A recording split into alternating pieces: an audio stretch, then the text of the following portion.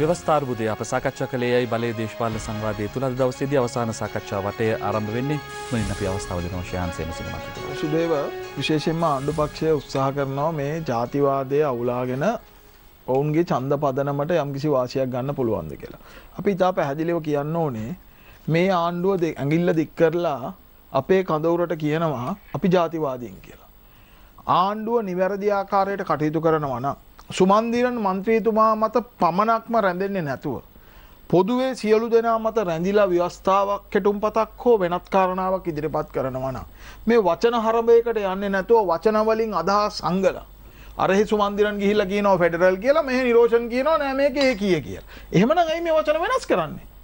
ඔය කියන අර්ථයම පරිණි ව්‍යවස්ථාවෙන් එනවනම් ඇයි මේ වචන වෙනස් කරන්නේ? වචන නෑ වෙනස් කරන්නේ. ඒ හින්දා සුදේව මෙයාලා ජාතිවාදයේ හොඳටම ගියපු අය. දැන් මෙයාලා උපරිම ජාතිවාදී පාවිච්චි කරනවා. මෙයාලට තාම බැරි වුණා අලුත්ගම සිද්ධිය සම්බන්ධයෙන් කොමිසමක් පත් කරනවා කිව්වා තොරතුරු ගන්න. මෙයාලට පත් කරන්න බෑ. මොකද එහෙම ගත්තොත් මෙයාලගේ ඇමතිවරු තමයි අහුවෙන්නේ. අද ජාතිවාදී එක්සත් ජාතික පක්ෂයේ ආණ්ඩුව තමයි පතුරගෙන යන්නේ. ඒ හින්දා මෙයාලා සේනා දළඹුව වගේ සුදේව. මේ ආණ්ඩුව සේනා දළඹුව වගේ. විනාශේ මොකද්ද කියන එක දන්නේ නැහැ. අසීමිත විනාශයක් කරනවා. ඒ විනාශය නතර කරගන්න විදියකුත් නැහැ. හින්දා මේ ආණ්ඩුවත් සේනා දළඹුවා කරන විනාශයම කරනවා. ඒ හින්දා සුදේව මෙතන මූලික කාරණාව මේ රජයට අවශ්‍යතාවයක් තියෙන ව්‍යවස්ථාවක් අරගෙන එන්න. ඒ ගෙන එන ව්‍යවස්ථාව සාධාරණ ක්‍රමවේදයකට අරගෙන එනවා නම් අපේ සංශෝධන අපේ අදහස් ඒ පිළිගන්නවා නම් රටේ බහුතර ආගමික නායකයන් මේ මොකද්ද කරන්නේ? ආගමික නායකයන් මේගොල්ලන්ගේ අර සමහර උදවිය ලවල මේ NGOs වලින් යැපෙන ඩොලර් ටික මේ ලංකාවට එද්දී ඒ වගේ ජීවත් වෙන අයව දාලා ඉතා නින්දිත ආකාරයට ප්‍රහාර දෙනවා. ඔබතුමාගේ ඇමතිවරුත් එහෙම අපි දැක්ක කාදිනල්තුමාට කොහොමද මේ මංගල සමරවීර ඇමතුමා එතුමාගේ මතයට විරුද්ධ වුණා කියලා දොස් කිව්වේ. ඒ හින්දා මෙතන මේ බුල්ඩෝස් කරගෙන යන්න ආණ්ඩුවට අවස්ථාවක් නැහැ. ඔබතුමාලගේ ඇතුලේ තියෙන අර්බුදය ඔබතුමාලා විසඳ ගන්න. ඒක මේ රටේ ප්‍රශ්නය බවට පත් කරගන්න එපා. එක්සත් ජාතික පක්ෂය මම ඇහුවොත් එම් මෙතුමා කතා කරා ජනාධිපති අපේක්ෂකයා ගැන. එක්සත් ජාතික පක්ෂයේ ජනාධිපති අපේක්ෂකයෙක් ඉන්නවද ඉස්සෙල්ලා කියා? ඒක ඉන්නවා නම් අපේ අපේක්ෂකයා කවුද කියලා අපෙන් ප්‍රශ්න කරන්න. අපේ අපේක්ෂකයෙක් තීන්දුව කළා නැහැ. ඉතා පැහැදිලිව අපි කියනවා. එහෙනම් ඔබතුමාලට මේක රනිල් වික්‍රමසිංහ මහත්තයාද සජිත් මහත්තයාද දැන් නවීන් දිසානායක මහත්තයාත් ඇවිල්ලා ඉන්නවා. කතානායකතුමත් මේ තරඟට ඇවිල්ලා ඉන්නවා. නිරෝෂන්ගෙන් ඇහුවොත් කාගේ ළඟද කාටද වැඩියෙන් කැමති කියලා මෙතුමාට උත්තරයක් දෙන්න බෑ. මෙතුමා දෙන්නේ නැහැ. දැන් අපි දැක්ක දිලිප් පෙදාරච්චි නම් කියනවා ඊළඟ අපේක්ෂකයා කවුද කියලා. හැබැයි මෙතුමාගෙන් ඇහුවොත් මෙතුමාට උත්තරයක් දෙන්න බෑ. හින්දා මේ පක්ෂය ඇතුලේ තියෙන අර්බුදයක් සුමන්දිරන් මන්ත්‍රීතුමාගේ ඡන්ද ටික ආරක්ෂා කරගන්න මේ අයවැය වෙනුවෙන් දාපු විද්‍යාවක් නෙමෙයි. මේක හැබැයි මුට්ටිය දැමීමක් මේ කරනවා. මේක වැඩේ හරි ගියොත් මේක මෙහෙම ආණ්ඩුව ඉස්සරහට අරගෙන යනවා. ඒ හින්දා අයවැය සම්මත කරගැනීමේ බරපතල අර්බුදයක් මේ ආණ්ඩුවට තියෙනවා. මේ ආණ්ඩුවට බහුතරයක් අද පාර්ලිමේන්තුවේ නැහැ. හැබැයි කනගාටුදායක තත්ත්වය. මහින්ද රාජපක්ෂ මහත්තයාට 105 දෙනෙක් මන්ත්‍රීවරුන්ගේ සහයෝගය තියෙද්දි 113ක බහුතරයක් හොයපු ආණ්ඩුව අද තමුන්නාන්සලාට සුමන්දිරන් මන්ත්‍රීතුමාගේ කණ්ඩායම අතහැරියාම 102කින් මන්ත්‍රීවරු 14ක් අයින් කරාම ඔච්චර හිටියලා ඒ මයික් කඩුවේ ඔච්චර හිටියලා මයික් කඩන්න අපි අවසන් වටේදී බාධා කිරීමෙන් තොරව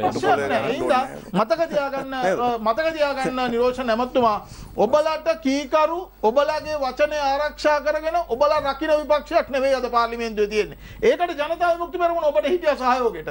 සුමන්දිරන් මන්ත්‍රීතුමා හිටියා. මම දැක්කා අද සුමන්දිරන් මන්ත්‍රීතුමා ගිහිල්ලා අගමැතිතුමාගේ පින්තූර ගාපු බෝඩ් එකකුත් විවෘත කරනවා. හැබැයි අවුරුදු 3මාරක් හිටියේ රටේ විපක්ෂයේ හැටියට. අද වෙද්දි මේ සියල්ල රංගන ඔක්කොම මේ රංගපෑම සියල්ල අද එළියට ඇවිල්ලා තියෙනවා. ඒ හින්දා අපි කනගාටු වෙන්නේ. ආණ්ඩුවක් ජාතිවාදය පදනම් කරගෙන එයාලා ජාතිවාදය උලුප්පලා එයාලා ජාතිවාදය පාවිච්චි කරලා විවිධ ජන කොට්ටාස වලට විවිධ පොරොන්දු ලබා දීලා අපිට ජාතිවාදී කියලා ඇඟිල්ල දික් කිරීම සම්බන්ධයෙන් ඊටාම කනගාටු වෙනවා. ඒක ඔබතුමාලා අනුගමනය නොකළ යුතු ක්‍රියාමාර්ගයක්. ඔබතුමාලා තමයි නියම ජාතිවාදී.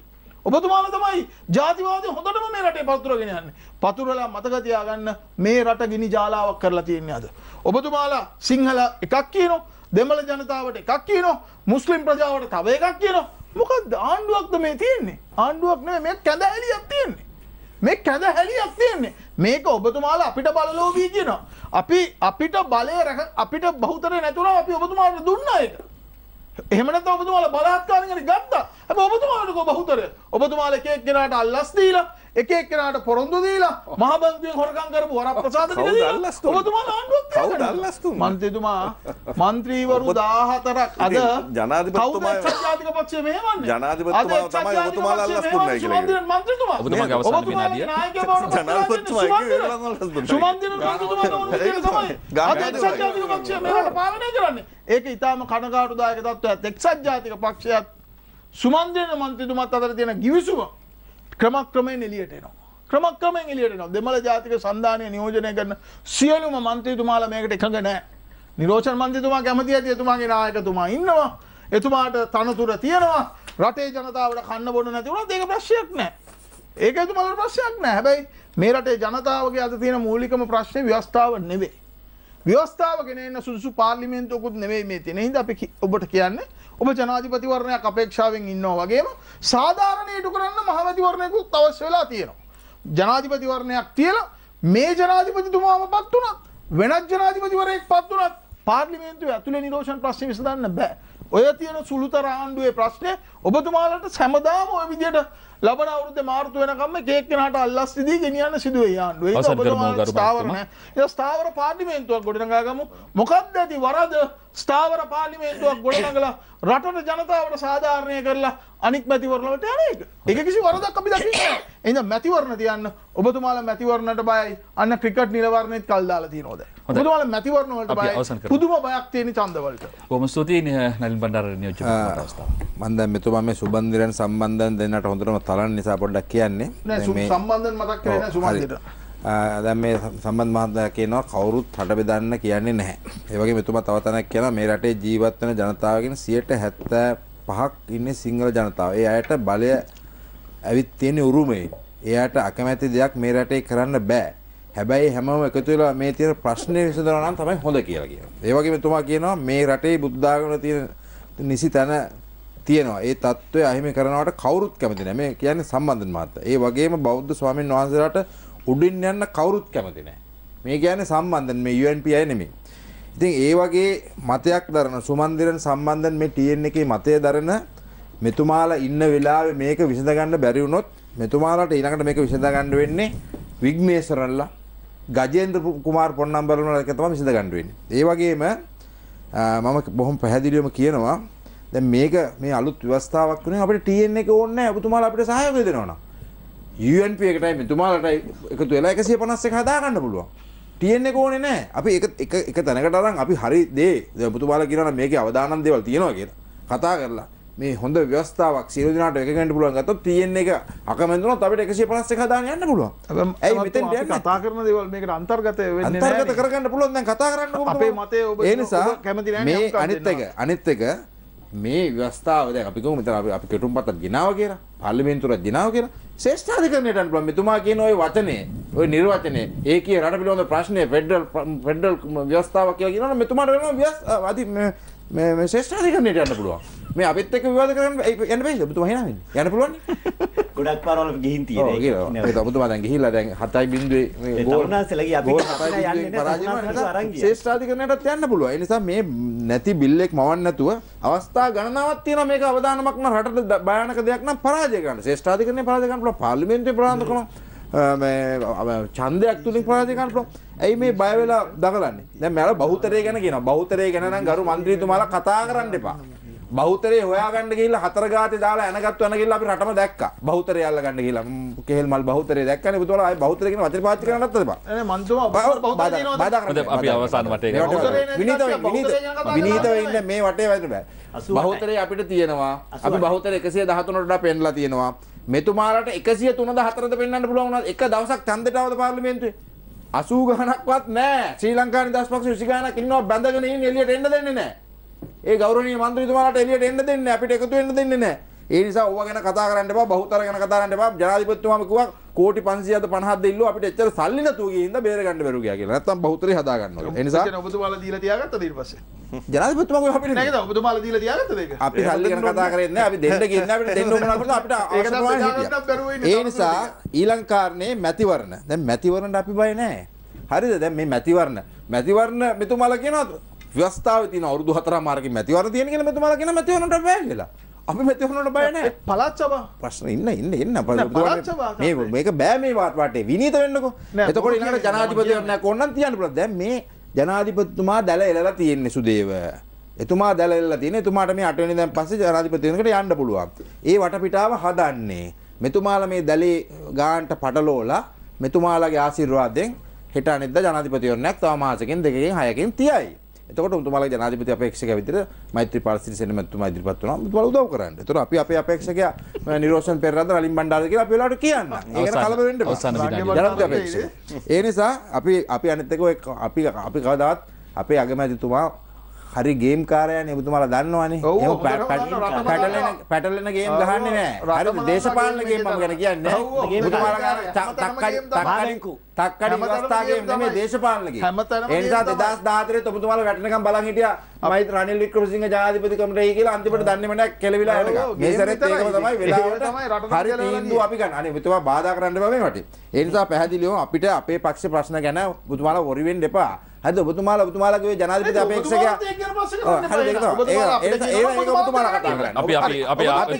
ඔබතුමාගේ අවසාන විනාඩිය යන්නේ බාධා කරන්න එපා. අපි අහන්නේවත් නැහැ. අපිට වැඩකුත් නැහැ. අපිට අදාළම නැහැ. මොන රාජපක්ෂද කියන එක අපිට අදාළ නැහැ. ඒ නිසා අපිට ඕනෙත් නැහැ. ඔයාලා වෙලාවට දාන්න. ඔබතුමා අවසන් කරමු. ඒ නිසා අපි රටට කියනවා ඊටාම ගෞරවයෙන් මේක අවසාන අවස්ථාව. අලුත් ව්‍යවස්ථාවක් මේ වෙලාවේ ගෙනාවේ නැත්තම් තව අවුරුදු 100 ගුණත් 1978 යදපුරු ජයජාර්දන මැතිතුමාගේ ව්‍යවස්ථාව තියෙන්නේ රටේ. තව අවුරුදු 100 ගුණත්. එතකොට රට කොහෙද ඊද කියන්න බෑ. මම ඉස්සරලා කිව්වා වගේ සුමන්දිරන්ලා සම්බන්ධලත් එක්ක මෙතුමාලා මේ එකක වෙන්න බැරි නම් අපිට කතරු කරන්න බෑ නම් වෙන දාය උතුරු දේශපාලඥයෝ බිහි වෙන්නේ නැහැ. ඒ වගේ කෘතහස්ත මධ්‍යස්ත ඔබතුමා hina වෙන්න. හැබැයි මේවා මේ බලන්න පොඩ්ඩක් මේ පත්තරවල තියෙනවා බලන්න මේ සම්බන්ධන් මහත්මයාලා සුබන්දන් මහත්තයා කියන දේ. ආයේ මේ වගේ දේශපාලඥයෝ උතුරු බිහි වෙන්නෙත් නැහැ හොඳට ප්‍රතිගන්න. ඊළඟට එන්නේ මේ ගම්මන් පිළ කිව්වනා නෑ.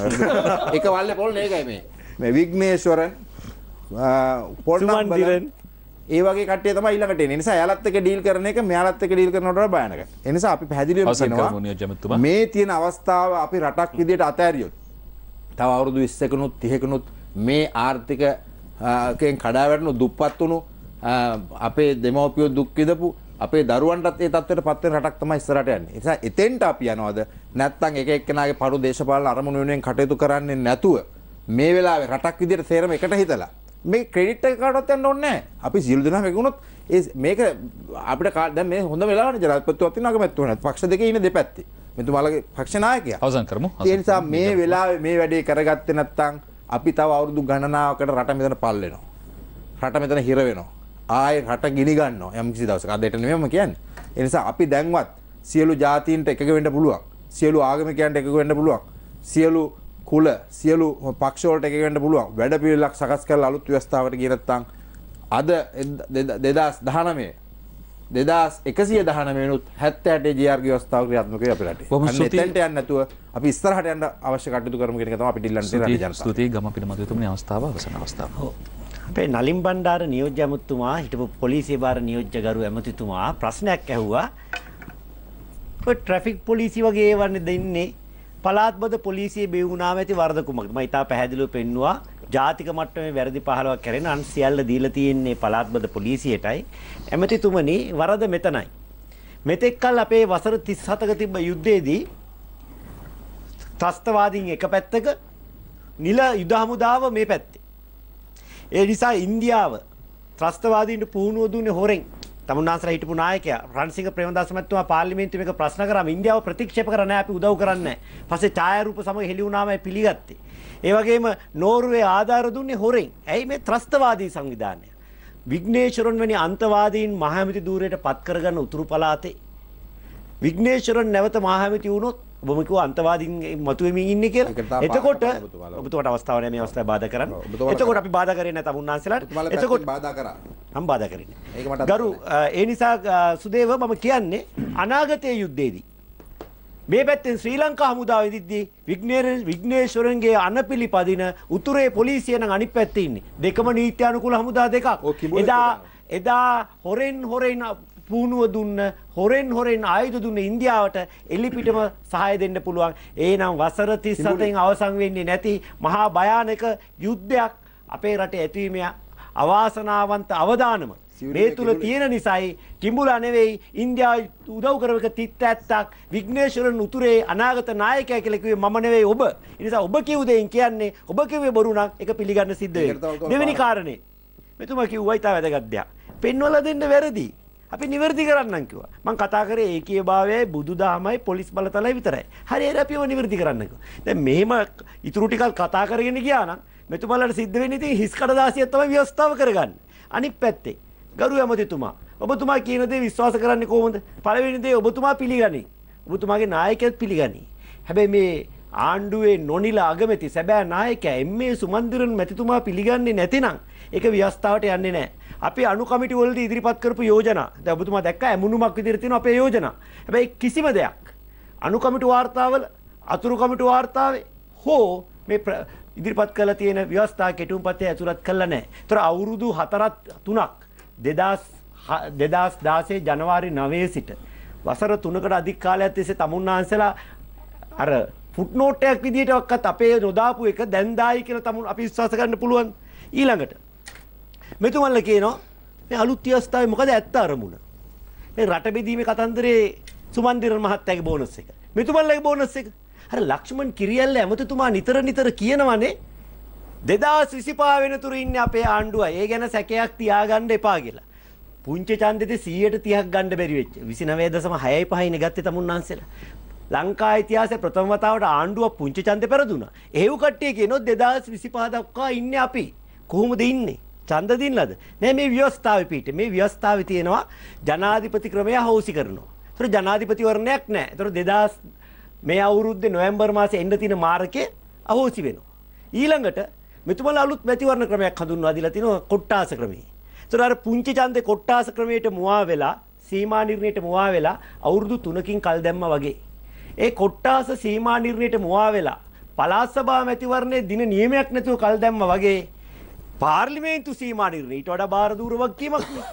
ඒකට මුවා වෙලා 2025 දක්වා පාර්ලිමේන්තු ඡන්දයක් කල් දෙමීමේ උත්තර වැට්ටිය නිසා තමයි ලක්ෂ්මන් කිරියල් ඇමතුමා සිංහනාද කරන්නේ 2025 වෙනිතුරු බලයේ ඉන්නේ අපි. ඒ ගැන කිසිම සැකයක් තියාගන්න එපා. මේ ව්‍යවස්ථාව රටට අනතුරක් විතරක් නෙවෙයි ප්‍රජාතන්ත්‍රවාදයටත් අනතුරක් කියන එක අපි සිහිපත් කරන්න ඕනේ. ඒ නිසා අවසානයේ මේ පිටා වැදගත් දෙයක් අතර මේක හදලා තියෙන්නේ බලන්න මේ ලේඛනේ එක්ස්පර්ට් විද්වත් කමිටු වාර්තාවක් කිව්වට විද්වතෙක්ගේ නමක් නැහැ සුදේව. හදපු විද්වතෙක් ඉන්න විද්වත් කමිටු වාර්තාවක්. ඊළඟට මේ තියෙන සිංහල පිටපත. මේ සිංහල පිටපතේ මොන භාෂාවෙන්ද අනේ කවුරු හරි පෙන්නන්න. සිංහල පිටපතේ තියෙන්නේ ඉංග්‍රීසි භාෂාවෙන්. මේකේ ලියලා තියෙනවා සිංහල වර්ෂන් කියලා ඉංග්‍රීසියෙන්. ඉංග්‍රීසි බැරි නම් කාට හරි මේ සිංහල පිටපතවත් අඳුරගන්න විදියක් නැහැ. ඉතා පැහැදිලි දෙමළ එකත් එහෙමයි. මේක මේ බටහිර රටවල් හදලා පුළුවන්. පොඩ්ඩක් පෙරලන්න සිංහල කියලා දැනගන්න එපා. ඔව් අනිවාර්යෙන් මේ ඔබතුමා hina වෙන්නේ මේ රටේ භාෂාවට, මේ රටේ උරුමයට. එතකොට පුළුවන් සිංහල කියලා. ඔය ඇතුලේ මම ඒක පෙරලගෙන අපි මගේ අවසාන විනාඩි කරුණා කරලා බාධා කරන්න නෑ ඒක පොත්තෙන් බලන්න. නීල කළ දෙන්න මට ඉස්සෙල්ලා. එතකොට මම සුදේව මේක පෙරලලා බලපු හින්දා තමයි මේ ටැග් කරලා මේකේ තිබ්බ කාරණාද මෙතන සාකච්ඡා කරේ. හැබැයි මේ රටේ ඉංග්‍රීසි අකුරක් කියව ගන්න බැරි අහිංසක සිංහල මිනිස්සුන්ට තමයි hina වෙන්නේ. මේ අයද අපේ රටේ ඇමතු මෙතුමා රාජ්‍ය ඇමති කෙනෙක්. මෙතුමා නියෝජ්‍ය ඇමති කෙනෙක්.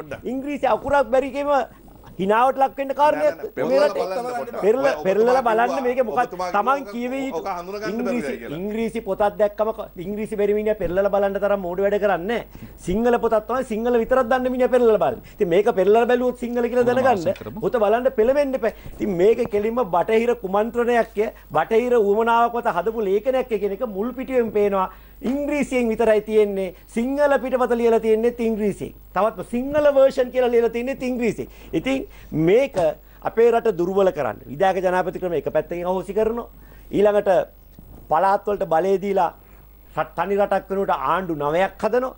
ඒ ආණ්ඩු 9 පළාත් මායිම් වලට ඇඳ කොටා ගන්න තත්ත්වයක මේ රට විනාශ කරලා දුර්වල කරලා ඒ දුර්වල රාජ්‍යයේ තියෙන වැදගත් සම්පත් ටික සූරා කෑමේ බටහිර කුමන්ත්‍රණේ ක්‍රියාත්මක කරන බටහිර ඒජන්තියෝ දෙන්නේ තමයි මෙතන ඉන්නේ. දොන්ජුවන් ධර්මපාල යුගයට යලි මේ රට ගෙනියන්න හදන මේ වෑයම පරාජය කිරීම රටට ආදරය කරන එක්සත් ජාතික පාක්ෂිකයන් පවා ඔබ එක්සත් ජාතික පක්ෂේ නම් අනාගතේ තලියට කතිර මම ගන්නවා. ඕස්ට්‍රේලියාවේ හැබැයි මෙවැනි අපරාධ වලට ඔබේ පක්ෂ නායකයන්ට ඉඩ දෙන්න එපා කියන ආයාචනය අපි එක්සත් ජාතික පාක්ෂිකයන්ගෙන් කරනවා. බොහොම ස්තුතියි නිරෝෂන් පෙරරාජ්‍ය මහත්මනි අවසන් දැන් අපිට ඉතාම පැහැදිලි මේ විවාදය ඉවර වෙනකොට ඔය වගේ තර්ක දීලා තමයි ජනාධිපතිතුමාටත් කෙලවලා දැම්මේ. ජනාධිපතිතුමාටත් දුන්න තර්කයක් පාර්ලිමේන්තුව විශ්වාස හරින්න පුළුවන් කියලා එතුමාවත් අමාරුවේ දැම්මා. මොකද අඩුතරමේ මෙතුමාලා ගිහිල්ලා අර A level ලියන ළමයිගෙන් ඇහුවනම් A level මේකේ පේපර් එකේ මොනවද තියෙන්නේ කියලා පාර්ලිමේන්තුව අවුරුදු 4මාරක් යනකම් විශ්වරන්න පුළුවන්ද බැද්ද කියලා ඔබතුමාලට ජනාධිපති අපේ පැත්තට ආවා. ඔබතුමාලට ඒක මෙයා ගන්න පුළුවන්. නමුත් අපිට මතකයි දැන් මෙතුමාලාගේ මේ මෙතුමාගේ නායකයෙක් ඉන්නවනේ මහින්ද රාජපක්ෂ. එදා ජනාධිපතිතුමා කිව්වේ මම අගමැති කෙනෙක් මහින්ද රාජපක්ෂව පත් කරලා මම අගමැති කෙනෙක්ව පත් කරා පෙරලගෙන යන්න පුළුවන් අගමැති. මේක මේ රනිල් වික්‍රමසිංහ වගේ නෙමෙයි පෙරලගෙන ගිහිල්ලා මේ වැඩ කරන්න පුළුවන් කියලා. නමුත් අන්තිමට මොනවද උනේ? අන්තිමට උනේ පාර්ලිමේන්තුවේ බහුතරය නැතුව තමන්ගේ හෙන්චයියන්ට කියලා මයික් කඩලා පුටු පොළොවේ ගහලා නැත්තම් අර කතානායකතුමාගේ මේ සීට් එකට මේ වතුරවක් කරලා නැත්තම් පාර්ලිමේන්තු මන්ත්‍රීවරුන්ට මිරිස් කුඩු ගහලා ඒ වගේ ඊටාම අසෝබන මන්ත්‍රීවරු කොට්ටාසයක් හිටින මේ පක්ෂයත් තමයි ඔබතුමාලා නියෝජනය කරන්නේ. ඉතින් ඒ හින්දා අපිට විශේෂයෙන්ම කියන්න දෙන්න එපා කොහොමද මේක. ඉතින් මෙතුමා ඊටාම බරපතල ප්‍රකාශයක් කළා. මෙතුමා එකක් කිව්වා අපි මේ විධායක ජනාධිපති ක්‍රමය අහෝසි කරලා ඡන්ද නැතුව තව 2025ට යනවා. දැන් මෙතුමාලම කියනවා නම් අපිට අලුත් ව්‍යවස්ථාවක් ගේන්න දෙන්නේ නැහැ. ඒකට සහයෝගය දෙන්නේ නැහැ. ඒක කොහොම හරි නවත්තනවා කියලා. කොහොමද විධායක ජනාධිපති ක්‍රමය කොහොමද අපි අහෝසි කරන්නේ? ඒකෙන්ම තේරෙනවා ජනතාව බියටපත් කරන්න තමයි මෙතුමන්ලා මේ එක එක තර්ක දාන්නේ කියලා. ඒ හින්දා මෙතුමා කිව්වා අපි ඉන්නකෝ අපි කිව්වා මෙතුමාට අපි මොනවාද මෙතුමාට යම් කිසි වචන වලින් එල්ලෙනවනේ. එක එක වචන වල එල්ලෙනවා. එතුමාගේ ඒකනේ දක්ෂතාවය. අපි කිව්වා ඒවා වෙනස් කරන්න එක. නමුත් එතුමා කියනවා ඒක ගන්න දෙන්න නැහැ. හිස් කඩදාසියක් තමයි දෙන්නේ. ඒ කියන්නේ එතුමාට මොනවද දැම්මත් එතුමාට වැඩක් නැහැ. 70ටමයි ඕනේ. මිනිහ නෑ මොනවද දැම්මත් වැඩක් නැහැ. එතකොට හිස් කඩදාසියක්. ඒ කියන්නේ මොනවද දැම්මත් මම විරුද්ධ වෙනවා. මොකද මම බලලෝභිත. මම එක සැරයක් ඒකාධිපතියෙක්ට මම කඩේ ගියා. දැන් බලය නැතුව ආයමත් බලය ගන්න දැන් කඩේ යනවා. ඒක තමයි ඔබතුමාගේ තර්කය. ඔබතුමාගේ තර්කය. නමුත් ඔබතුමා බය වෙන්න එපා. මේ සියලුම දේවල් විසඳෙන්නේ නාමල් රාජපක්ෂගේ අනාගතය මොනවත් කරන්න නැතුව. එතුමාගේ අනාගතය මොනවත් අතවත් තියන්නේ නැතුව මහින්ද රාජපක්ෂ මැතිතුමා එතුමා විසඳයි. ඔය මොන අයියලා මල්ලිලා ජනාධිපතිවරණයට එනවා කිව්වා ඒවා හරි විදියට ඒවා විසඳවලා කවදා හරි මේ රටේ දේශපාලන අනාගතයේදී නාමල් රාජපක්ෂට ඒ තැනකට එන්න එතුමා මේ පාර කළා. ඉතින් ඒ හින්දා පංගොක් වෙලාවට එතුමා කියයි පංගොක් වෙලාවට එක්සත් ජාතික පක්ෂයට මේ සැරේ ඕගලන් ජනාධිපතිවරණය දිනලා ජනාධිපතිව පත් වෙන්න කියලා. ඒ වගේ ඔන්න ඒකයි. ඉතින් ඒ හින්දා ඔබතුමාලා ඒක තමයි ඔබතුමාලාගේ තියෙන අරුබුදය. නමුත් අපි විශේෂයෙන්ම කියනවා ඔබතුමාලා මේ දින 51ක නඩපු නාඩගමෙන් අපේ රටට විශාල හානියක් වුණා. අපේ රට අස්ථාවර වුණා. එදා පම්පෝරි ගැහුවා රුපියල යගේ පාලනය කරනවා කිව්වා. නටන්න බැරි කට්ටියක් පොළවේ යගයි. සිංගප්පූර් කිව්සම අවලංගු කරනවා කිව්වා. ඔව් ඒවා කරනවා කිව්වා. අනිත් බොහෝ දේ කරනවා කිව්වා. නමුත් ඒවා එකක්වත් කරගන්න බැරුව ගියා. මොකද ඔබතුමාලට තිබුණේ බලය ගැනීමේ ඒ ලෝභත්වය විතරයි. ඔබතුමාලා වෙන මොනවත් මේ රට ගැන හිතුවේ නැහැ. මේ රටේ ජනතාව ගැන හිතුවේ නැහැ. රටේ සංචාරක කර්මාන්තය කඩාගෙන වැටුණා. රටය අඩුතරමේ රටේ රාජ්‍යයක් ජාත්‍යන්තරේ කිසිම රටක් අඩුම තරමේ පිළිගන්න තැනකට ඔබතුමාලට ගේන්න බැරුව ගියා. ඒක තමයි යථාර්ථය. ඒක පිළිගන්න ඔබතුමාලා. අනිත් එක ඔබතුමාලට හරි හැටියට එක පනතක් පාර්ලිමේන්තුවේ ගෙනල්ලා ඔබතුමාලට ඉදිරිපත් කරගන්න අඩුතරම් බැරුව ගියා. ඒක තමයි ඔබතුමාලගේ හපංකම. ඒ හින්දා දින 51ේදී ඔබතුමාලා දේශපාලන වශයෙන් විනාශ වුණා. ඒ විනාශය බේරගන්න තමයි දැන් බිල් එක ගේලා තියෙනවා. ඒ බිල්ල තමයි අලුත් ව්‍යවස්ථාව. ඒකෙන් තමයි ගොඩ යන්න හදන්නේ. හොඳයි.